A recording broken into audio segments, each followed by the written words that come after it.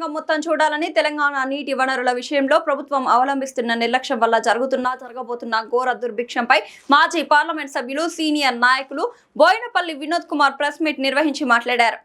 ముఖ్యంగా వ్యవసాయ ఇరిగేషన్ శాఖ మంత్రులకి వాళ్ళు ఒక మెసేజ్ ఇచ్చారు. ఎల్నినో ప్రభావం భారత ఉపఖండం పైన పెద్ద ఎత్తున ఉండే అవకాశం ఉంది. కాబట్టి మీరు మీ రిజర్వాయర్స్లో నీటి లభ్యత, అదేవిధంగా ఆ నీటిని చాలా కాషియస్గా నియంత్రించి వాడుకోవాలని చెప్పి సూచనప్రాయంగా మరి ఒక అడ్వైజరీ జారీ చేశారు. అడ్వైజరీ అంటే అది చాలా ముఖ్యం. అంటే అది ఒక ఆదేశం కిందనే మనం లెక్క తీసుకోవాలి, చేసి పొదుపుగా వాడుకోవాలి అని చెప్పడం జరిగింది. దాంట్లో కొన్ని రాష్ట్రాల పేర్లుతో సహా వాళ్ళు కేంద్ర ప్రభుత్వము రాష్ట్ర ప్రభుత్వానికి అడ్వైజరీ నోట్ ఇచ్చారు. దాంట్లో తెలంగాణ రాష్ట్రంలో దాదాపు అన్ని జిల్లాలు ఉన్నాయి. మన 33 జిల్లాల లోపల అన్ని జిల్లాలు మినహాయింపు 1, 2 అది మహబూబ్ నగర్ను నారాయణపేట చెప్పారు, కానీ నా దృష్టిలో అవి కూడా వచ్చేస్తాయి. కాబట్టి సాగునీటి వనరులు ఏ విధంగా వాడుకోవాలి, ఎందుకంటే ఇది ఈ సంవత్సరం మొత్తం ఉంటుంది, దీని ప్రభావం వచ్చే ఎండాకాలం ఉంటుంది.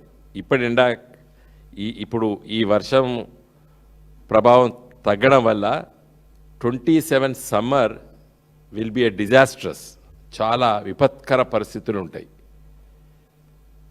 మరి ఈ రాష్ట్ర ప్రభుత్వము ఏం ఆలోచిస్తుందని చెప్పి ఒకసారి మనం పెడితే, ఇప్పుడు మంత్రులందరూ కూడా నేను ఇక్కడ పోవాలా, అక్కడ రావాలా, ఇక్కడ చర్చనా, అక్కడ చర్చనా ఛాలెంజ్లు చేసుకుంటా మీరు ఒక డ్రామాలు చేస్తారు మంత్రులు. అన్ని జిల్లాలకు మంత్రులు లేరు. ఫస్ట్ మంత్రివర్గమే పూర్తి స్థాయిలో లేదు. ఉన్న మంత్రులు ఈ నాటకాలు ఆడుతున్నారు. చాలా సీరియస్గా ఉన్నది. ఇది ఒక విపత్కర పరిస్థితి. ఇది ఎవరు ఆధీనంలో లేదు. ఇది సృష్టి యొక్క ప్రభావం మన పైన ఉండబోతున్నది అని చెప్పి ప్రపంచవ్యాప్తంగా అన్ని దేశాలు పెద్ద విపత్కర పరిస్థితి ఎదుర్కోబోతున్నామని చెబుతుంటే వీళ్ళు ఏమీ ఆలోచించడం లేదు, దురదృష్టవశాత్తు.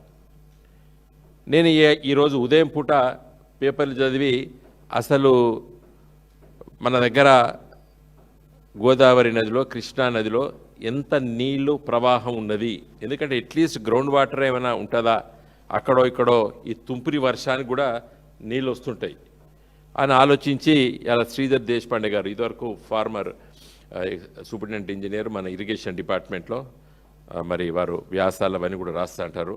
నీటిపారుదల పైన కొంత మంచి అవగాహన ఉన్నటువంటి ఒక ఇంజనీరు. వారితోని మిగతా మిత్రులతోని మాట్లాడితే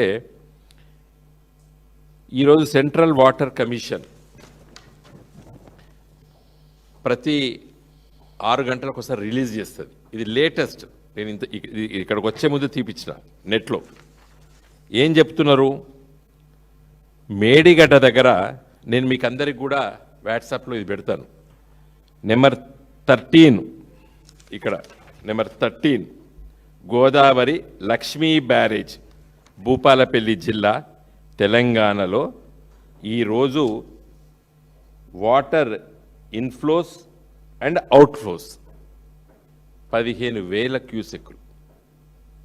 అంటే 1 టీఎంసీ, రోజుకు 1 టీఎంసీ నీళ్లు ఈరోజు మేడిగడ్డ దగ్గర సముద్రం పాలవుతున్నది. కారణం రేవంత్ రెడ్డి. చెప్తా నేను, ఇన్ఫ్లోస్ 15,000 క్యూసెక్లు ఈరోజు ఉంది, అవుట్ఫ్లో కూడా 15,000 క్యూసెక్లు. రోజుకి 1.12 దాదాపు 1.5 టీఎంసీ నీళ్లు సముద్ర పాలవుతున్నాయి. మళ్ళీ కొన్ని మీద ఇంకెంత ఉంది అని లెక్క తీసిన. ఇది సెంట్రల్ వాటర్ కమిషన్ ఎన్ని గంటలకి ఈరోజు ఉదయం పూట 8 గంటలది, ఈరోజు 8 గంటలకు సెంట్రల్ వాటర్ కమిషన్ రిలీజ్ చేసినటువంటి అబ్స్ట్రాక్ట్. కాగజ్ నగర్ దగ్గర 45,907 క్యూసెక్లు ప్రవహిస్తున్నది. ఇక్కడ మీరు చూసుకోవడానికి ఇప్పుడు మీకు అందరికి వాట్సాప్లో పెడుతున్నాను. అంటే 4 టీఎంసీలు రేపు ఉదయానికి మేడిగడ్డ దగ్గరకు వస్తాయి. అంటే 5 రోజుల్లోపట ఎల్ఎండి 5 రోజుల్లోపట మిడ్ మానేర్ నింపే అన్ని నీళ్లు ఇలా సముద్రం పాలవుతున్నాయి. కారణం రేవంత్ రెడ్డి 2.5 సంవత్సరాల నుండి కాలయాపన చేశాడు. ఎన్డీఏసే రిపోర్ట్ అని అదని ఇదని దుర్మార్గంగా దూరదృష్టి లేక తెలంగాణ రైతాంగాన్ని, ముఖ్యంగా తెలంగాణ జిల్లాలో పట్టణాల్లో నివసిస్తున్నటువంటి ప్రజలు కరీంనగరు, వరంగల్, సిద్దిపేట, హైదరాబాదు